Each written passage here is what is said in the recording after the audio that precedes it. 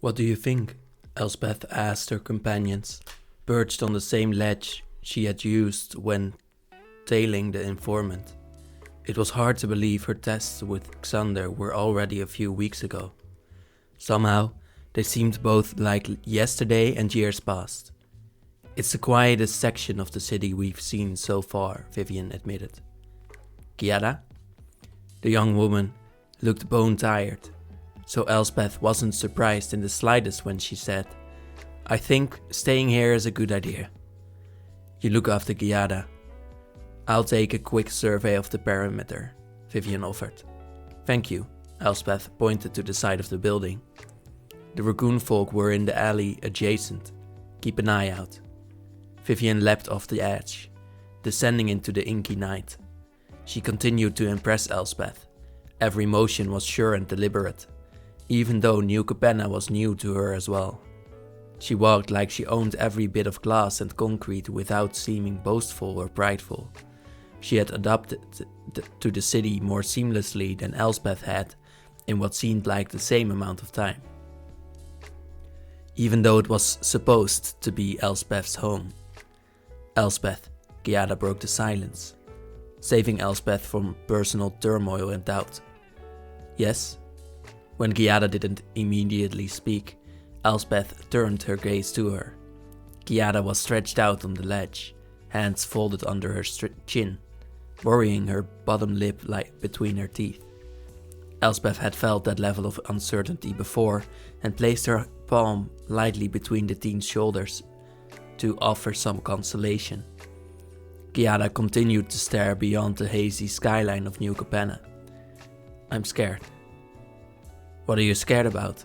Elspeth could think of several thousand reasons for Kiara to be scared, but she wanted to hear which one of them weighed on her small shoulders. What if I'm not enough? Enough of what? Elspeth gently prodded. What if I can't help New Capenna? Can my magic really be enough? What happens when it runs out? Kiara shook her head. I don't know how much more I have to give, and I don't really know if it'll make a difference if I try. This city is so broken. The words came out as a rush of air, as though somewhere within Kiara a dam broke, and these questions had been slowly eating her from the inside now found a free moment for release. Elspeth listened intently to her companion's heartbreaking inquiries. Each question colored one of their past interactions in a new light, tainted it with a shade of fear that Elspeth had seen in Kiara but had never understood until this moment. So much had been placed on Kiara's shoulders, without giving her autonomy or credit. The cabaretti, the families, the adversary, all saw her as a solution to their problems, a tool. They would wring her dry for a cheap solution to the dwindling halo supply until there was no more blood in her veins, marrow in her bones, or magic in her soul, and they would do it without a second thought for her well-being. Elspeth should have done so much more for Kiara so much earlier. Kiara turned her eyes to Elspeth, who seemed to search for answers she didn't know if she could give. She wondered if this was how Ajani felt. All those times she had gone to him in search of answers she knew deep down he didn't have. She wondered if Kiara would resent her for her answer as much as she had resented her dear friend in those long ago moments. You're right, Elspeth started softly. New Capenna is broken, and Halo is a flimsy bandage on the wounds of the city. Real peace, real prosperity had to come from within, by addressing the demons that literally built the city, and the figurative ones that still haunted in the streets. What do I do then? I still want to help. I want a purpose. Fulfillment, purpose, Elspeth started softly, getting lost in her own thoughts as she had for months on this topic. But for the first time her chest didn't ache. The hollow feeling was not as gaping as it had once been. Those things have to come from within you. I can't give them to you. No one can. Kiara frowned, resting her chin back on her hands dejectedly. Elspeth lightly rubbed between her shoulders. But I'll tell you this, Giada. You will have the opportunity to find those answers for yourself. You will find your purpose, just as I will. And I will personally ensure you are safe to take the time you need to do so. However long that is. You promise? Giada turned hopeful eyes back to her. I swear it. Their conversation was cut short by Vivian's return. She landed lightly on the platform Elspeth and Giada were stretched upon. It looked sufficiently abandoned, no signs of life within. Good, Elspeth stood. Then we'll stay here tonight and catch our breath. Elspeth woke to a weight on her shoulder. The hazy light of dawn, spilling down through a skylight above, cast Giada's face in a warm glow as she slumbered against Elspeth's side. The three of them had huddled in a small office near the back of the warehouse. There was only one entrance and exit, easy enough to secure, and the mirror on the wall opposite the window overlooking the warehouse floor gave them a line of sight without exposing themselves. We should get moving. I don't think we're alone here, Vivian whispered, eyes darting so sounds Elspeth didn't hear. She was propped against the wall opposite them. Likely just the raccoon folk. Give her a little bit longer. Elspeth had yet to move. She had never seen Giada look so peaceful. In every previous interaction, Giada had been haunted by turmoil that Elspeth hadn't understood until last night's revelations. What was Giada's history? Had she always been trapped with the Cabaretti? How had she discovered her power to make halo? All questions Elspeth would keep wondering. Giada had enough asked of her already. Elspeth didn't need to be another making demands of her. For as long as she was able, Elspeth would keep her vow and protect her. That was enough. Metal rang out, sharp and grating. Giada jolted upright, and Elspeth's hand flew to her mouth, her other arm wrapped tightly around her shoulders, holding the teen to her. Stay silent. Elspeth's eyes were scanning the mirror for movement. Vivian was on her knees, reaching for the bow as the door swung open and glass rained down around them, their peaceful morning shattered with the window. Ginny stood in the doorway. Two Cabaretti enforcers stood behind her, brandishing axes. In the mirror, Elspeth could see three more with swords drawn. Before Vivian could draw an arrow, Ginny threw a dagger at her. Vivian raised her arm and blocked the dagger, which dug a gash down her forearm. One of the men rushed around Ginny, knocked the bow from Vivian's wounded arm and claimed it for himself. Not so tough without this, are you? Vivian's eyes shone with a challenge for him to find out how deadly exactly she could be. Even without her bow, she smiled slowly, almost placidly, the sort of smile that promised to be the last he would ever lay eyes on. You didn't really think you could escape us, did you? Ginny stalked over, a knife in hand that she placed under Elspeth's chin. How did Ginny find them? The warehouse was abandoned, the city huge. There had to be an explanation. Something they overlooked that allowed Ginny to track them. To think, I trusted you. The blade was warmer than the cold hard stare Ginny regarded Elspeth with. Even though she was still breathing, to Ginny, she was very much dead. I was trying to... Spare me your lies, Ginny snapped. You in the league with the adversary? The edge of her knife bit into Elspeth's neck. Never. Ginny probed with her stare, finally believing her. She asked, then why? I was keeping Giada safe. Liar. You wanted the font for yourself. Ginny thrust the knife forward, a little further, and she'd hit the vein in Elspeth's neck. Elspeth didn't even dare to swallow. Ginny, isn't it up to Jetmir on how we deal with traitors? Giada found her voice. Hurt and confusion flashed across Ginny's face. Elspeth glanced toward Giada. Did she know what she was doing, defending her? But Giada clearly had been learning from the Cabaretti as she deftly wielded her words. Let him decide what to do with the two of them. He always has a clear head. But I'm so glad to see you again. Thank you for saving me. Ginny's grip relaxed and the knife eased away from Elspeth's throat. It's good to see you too. I thought we'd lost the font forever. I'm right here, Giada smiled weakly. Yes, Ginny exhaled anger, a cooler head prevailing, but when she looked back to Elspeth, the same hatred still burned. Shackle them. We're taking them back to Jetmir. Are we going back to the Ventolioni? Giada stood. No, it's compromised. We're going to France, Ginny answered ambiguously. No family wants to see the adversary take New Capenna for his own, and now that the font is secure once more, we have a bargaining chip to make sure the others will work with us.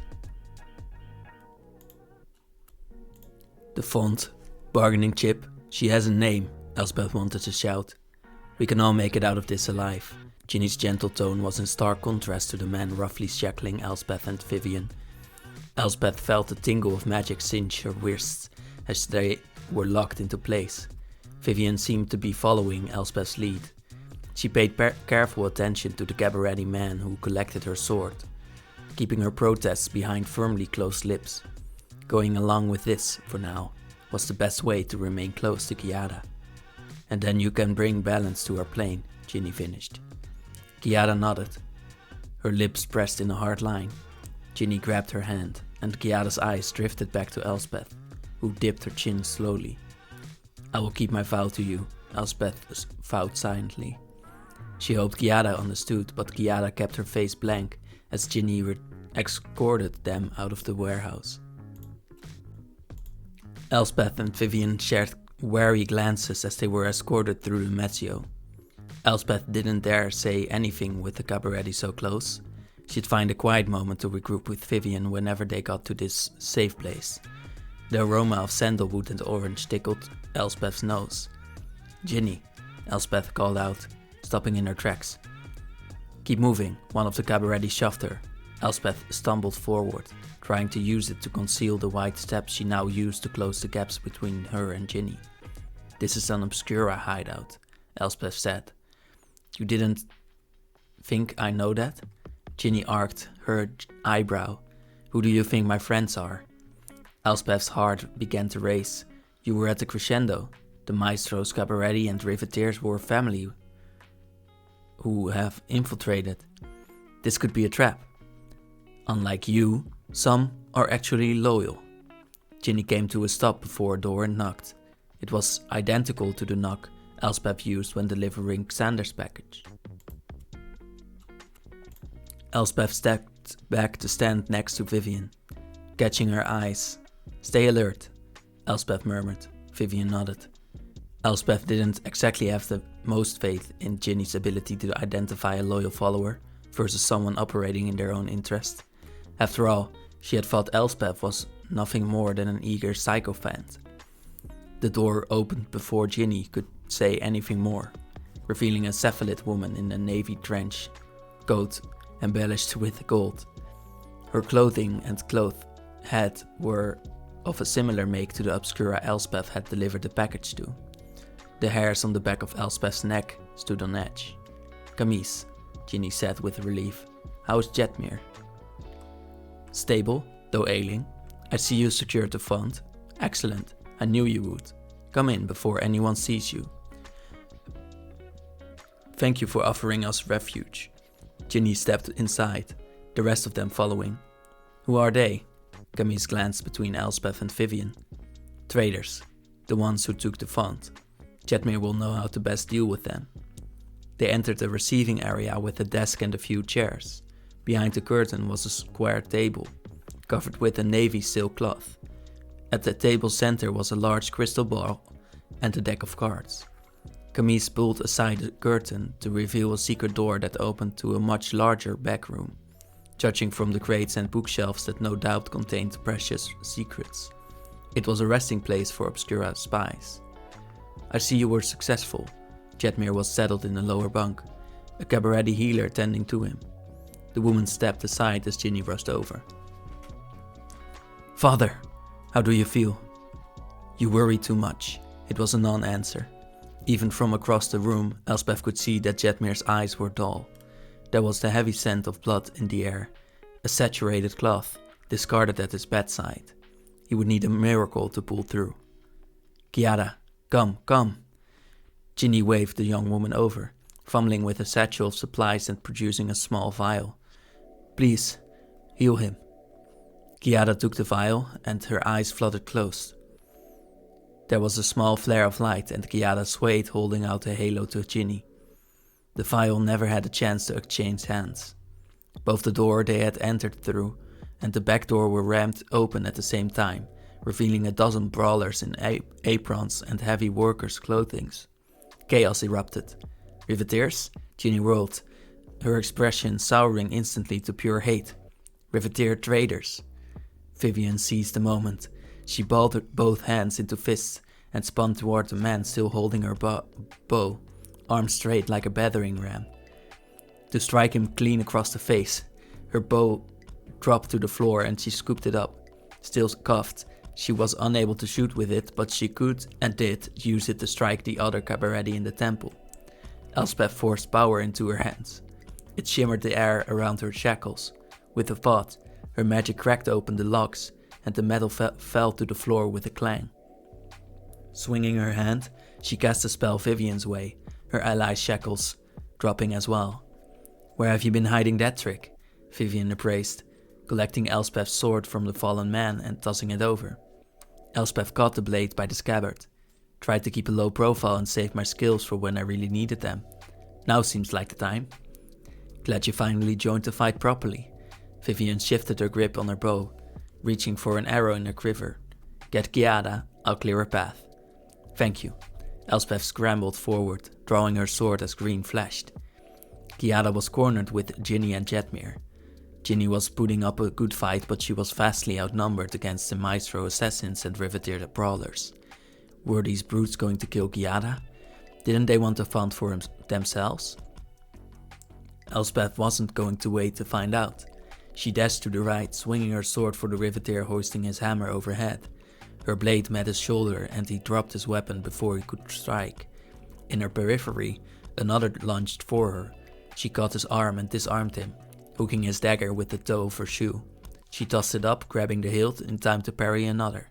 A third was lunging for her, and Elspeth dodged, sinking her elbow into his gut as she reared back to jab with the blade, sinking it between the ribs of the first attacker. The fight was claustrophobic. Every movement Elspeth made had to account for the actions of several others. In addition, she had to keep an eye on Giada. Elspeth had made a promise that she would keep Giada safe until her last breath. But there were too many, and she could hardly tell friend from foe. It was only a matter of time until Elspeth made a mistake. She ducked away from one man's swing, stepping back to get distance enough to swing her heavy blade. She didn't see the mallet until it was too late. It smashed into her ribs as Elspeth had been straining to hoist her sword, knocking the wind from her. She could feel her chest compress, bones shatter. Elspeth coughed blood.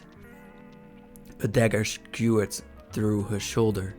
Giada's screams were distant. She knew this cold, the creeping of Erebos' cold. Bony finger, up her spine. He would wrap it around her neck and hold until the last breath left her. "Giada, I'm sorry. I tried to protect you." Just as her vision tunneled, the man who had been rearing back to deal the final blow on Elspeth crumpled. Worker's clothing was replaced with deep green, the practical coat Vivian wore. A new figure appeared as the sounds of battle faded. An arm wrapped around Elspeth's shoulders, hoisting her upright. A familiar pair of dark eyes locked on worriedly. "Giada?" Elspeth blinked, trying to make sense of what she saw. "Take this." Giada thrust something to Elspeth's mouth, leaving her no choice but to swallow. Warmth radiated through her. Her bones shifted, knitting. Wounds mended.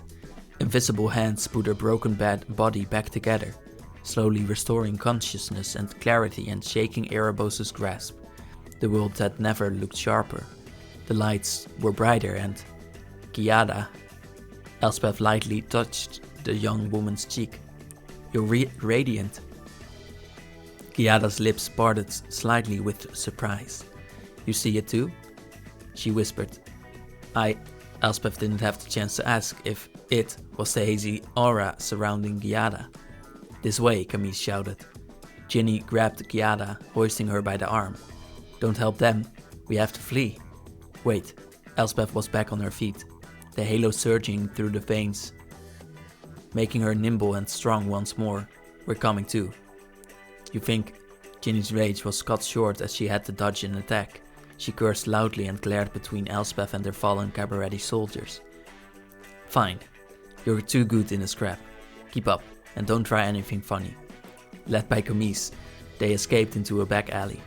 Riveteers and maestros charging after them. Elspeth and Vivian took up the rear, holding off the attackers. Eventually, no more followed.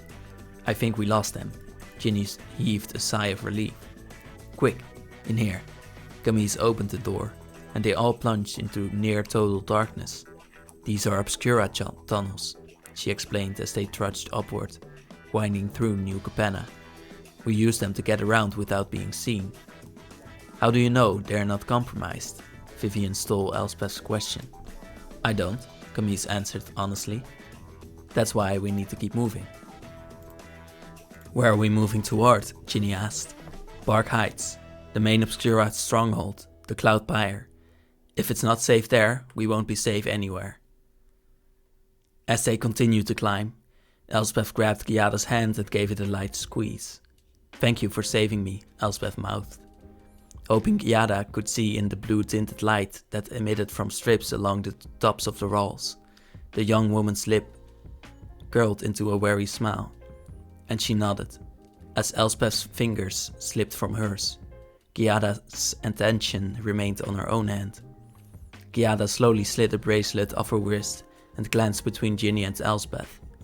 After confirming Ginny's focus was ahead, she dropped the bracelet and pointed to it, mouthing 2 words, tracking spell.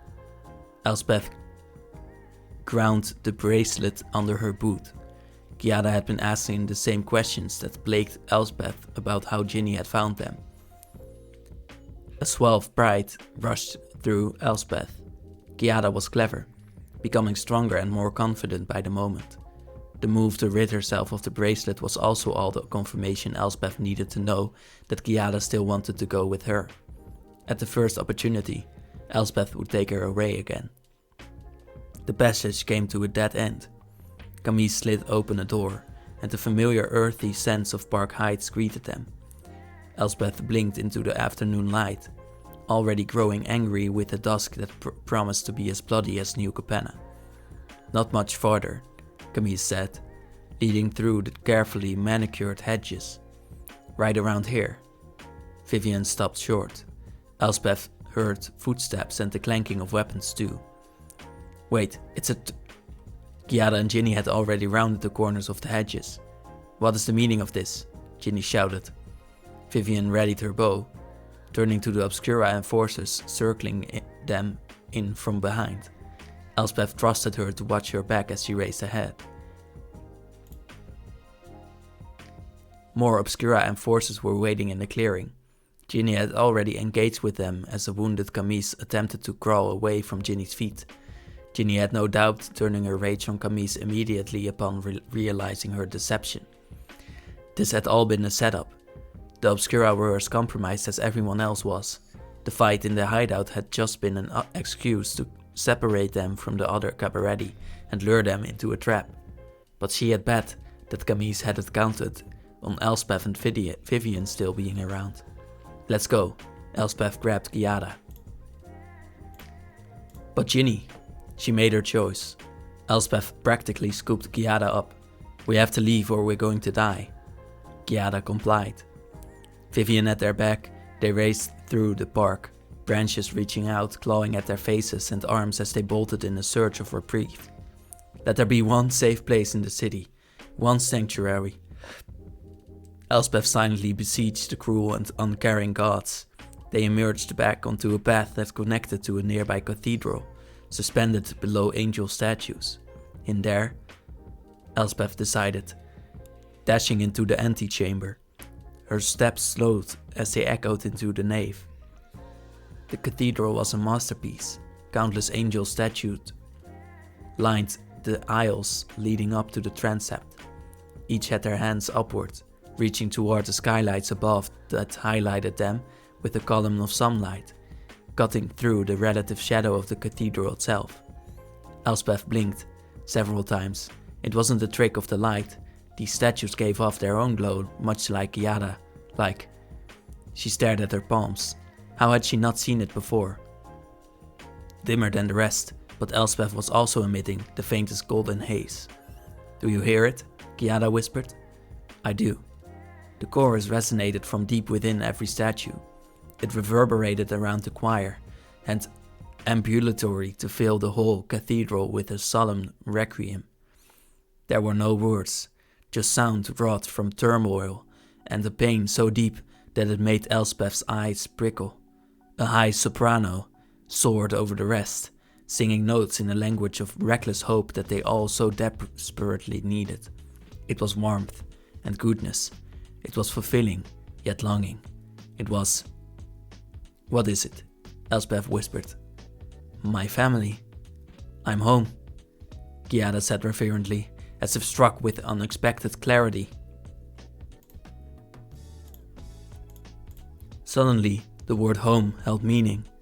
Elspeth shared a long stare with Giada, who wore an enigmatic smile. She radiated like the angels of the cathedral. Her very form seemed to belong here, as though it were a piece of finally returning to its spot. "Home," Elspeth echoed. Home was purpose. It was defending those who needed her. But Jani had been right. Home had never been about place. And for the first time, Elspeth felt like she had found somewhere she belonged. She had found purpose, someone and something to believe in and defend. A low rumbling filled the cathedral and interrupted the song, followed by thunderous steps. Elspeth turned to see a hulking, horned man, 2 wings of membrane, the color of old blood, stretched behind him. The adversary. "Get behind me, Giada." Elspeth drew her sword. "Did you really think you could escape me?" "Good of you to show yourself, Obnixilis." Vivian didn't wait for a response, she fired the first arrow. Obnixilis smashed his fist straight through the face of the ghostly wolf. It dissipated with a yelp. Vivian had 2 fresh arrows knocked when more enforcers lined the cathedral behind him. "Take care of him, I'll deal with the rest. And be careful, he's like us," Vivian shouted. A planeswalker, she meant. Elspeth gripped her sword tighter. "Run," Obnixilis growled as Vivian passed. His voice was sandpaper and fire. "Play with my agents until I'm ready to torment you." He kept his focus solely on Elspeth and Giada. Wearing a cruel smile, self-satisfied, as though everything was kindling for him to burn. "You thought you could best me? I'll show you what happens to people who dare contradict me, who even think of getting in my way, who even think of getting in the way of my power. Once the font is in my possession, I'll end you both, one at a time, slowly." Elspeth could feel the immense power radiating from him. "Giada, if this goes sideways, run. Do it before I fall," Elspeth whispered. "I'll hold him off as long as I can, but you must get away while I can distract him." Obnixilis moved with the speed of a much lighter man. Elspeth had incorrectly assumed that all his muscle would slow him down, but using his wings for balance he could propel himself forward at alarming speeds. "I'm going to enjoy destroying you." Elspeth focused on defensive attacks. She had to wear him down. She had her beat on strength and speed. And her only shot was using those against him.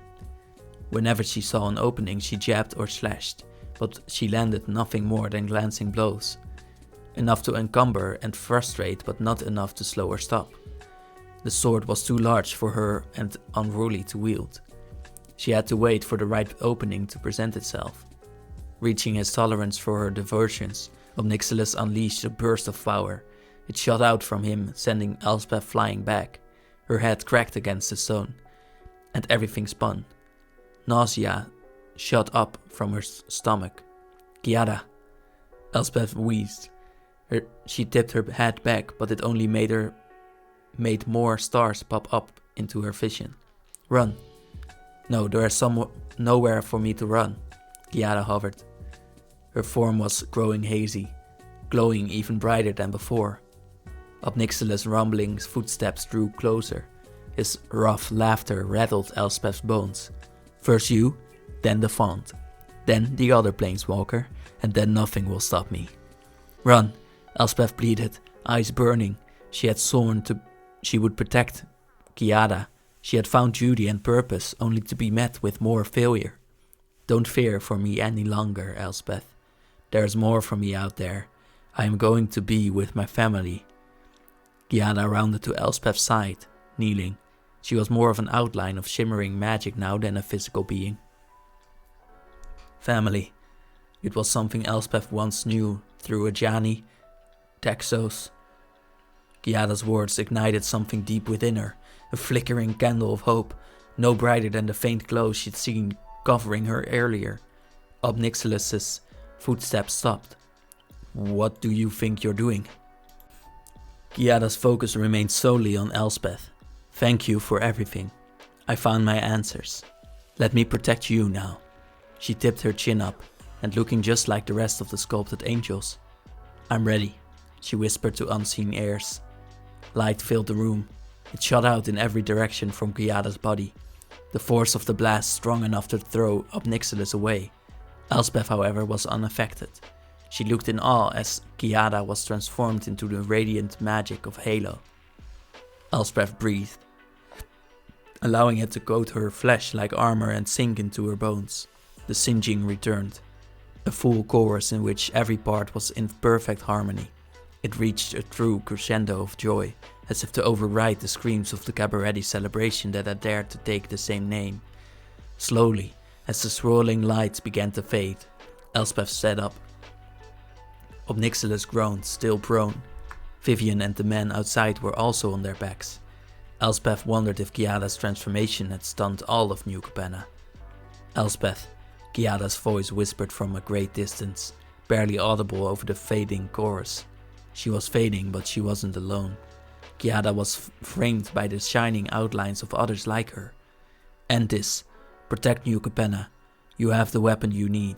It's been at your side all along, following you, waiting until you were ready. I'm not strong enough. You are, Giada insisted. Your failures do not define you. Don't give up now. Not when you're so close to everything you've ever wanted. Fight. Elspeth heard Ajani in Giada's words. Her friend still spoke to her, across time and place. Her eyes fluttered closed, and she sighed softly. Home was duty. Family was those she chose to defend. She'd always had everything she ever needed. Elspeth opened her eyes and stood. In one fluid motion, she hoisted the sword at her side. The weapon has no longer a clunky broadsword. It had been transformed into a narrower weapon, one far more suited in length and weight for her frame. The pommel wasn't a practical steel guard, but an orb of halo, shining with colors that shifted so often it was every color at once. The halo seeped into the blade, running up tracks in the fuller, from middle to edges. The weapon glowed with the same faint light as Giada.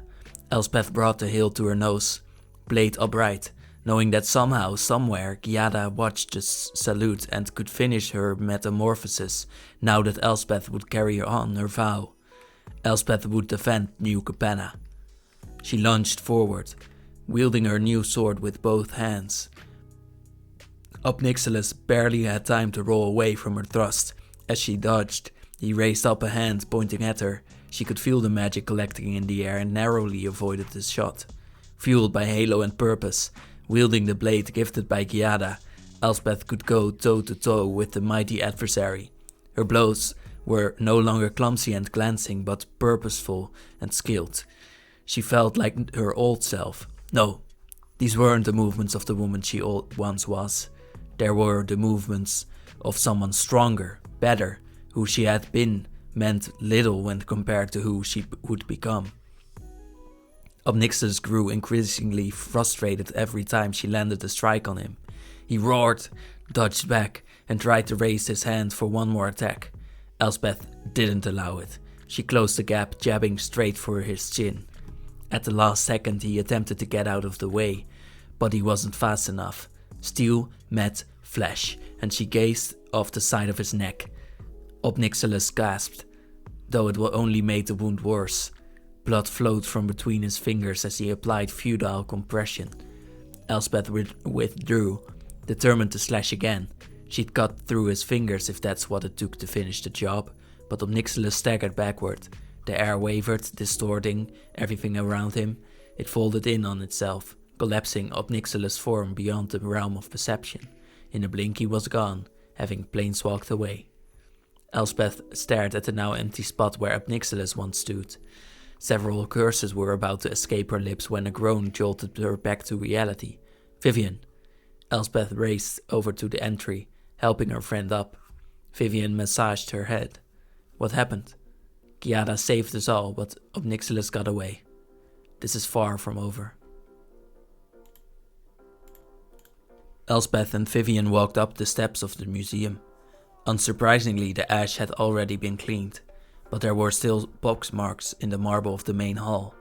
Maestros were hard at work at putting their museum back together. "I've been expecting you." Anello crossed over from where he had been ordering around a few younger members of the now much smaller family. "Expecting me?" Elspeth asked, hand resting lightly on the pommel of the halo sword looped through her belt. She didn't come here for a fight, but she wasn't about to take no for an answer when it came to finally getting access to Xander's archives. "Yes, I found this stitched in my coat on the night of the crescendo. As soon as I read it, I came straight back, but I was already too late. Though it spared me from the bloodbath in the Vento Leone." Anello fished out a letter from his pocket. It bore Xander's seal. Elspeth unfolded it, reading its contents. "Anello, I thank you for your years of obedient service.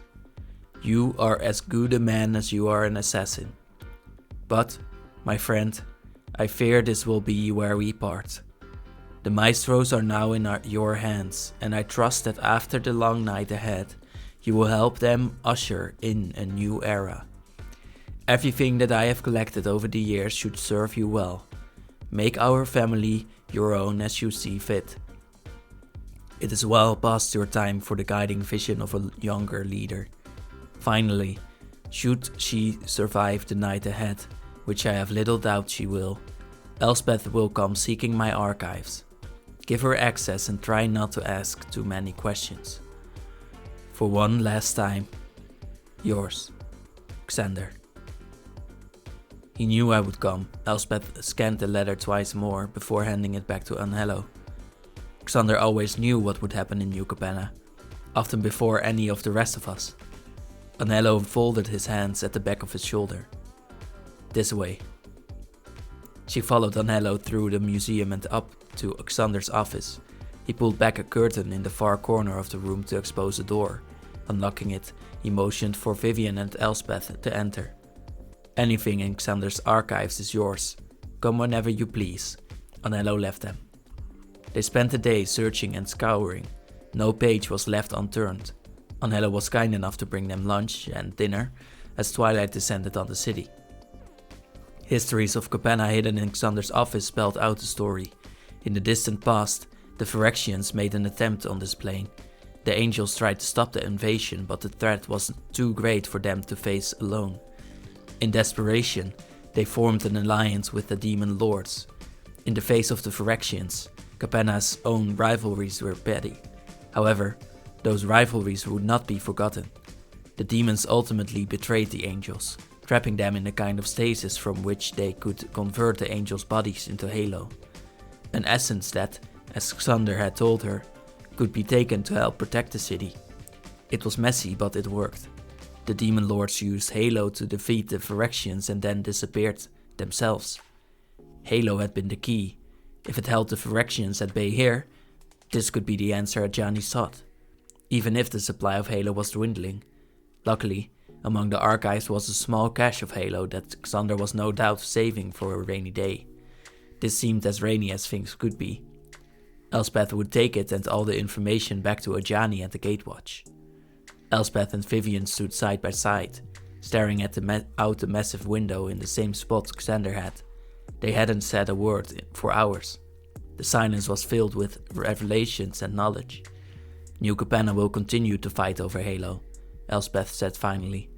The supply is almost used up, and if it runs dry, they'll tear themselves apart. Her mind briefly wandered to Giada and the shining figures the young woman had departed with. Would the angels return to New Capenna to usher in a new age if the city were in dire need? Or had they all gone on to something greater? There's more to this plane than one city.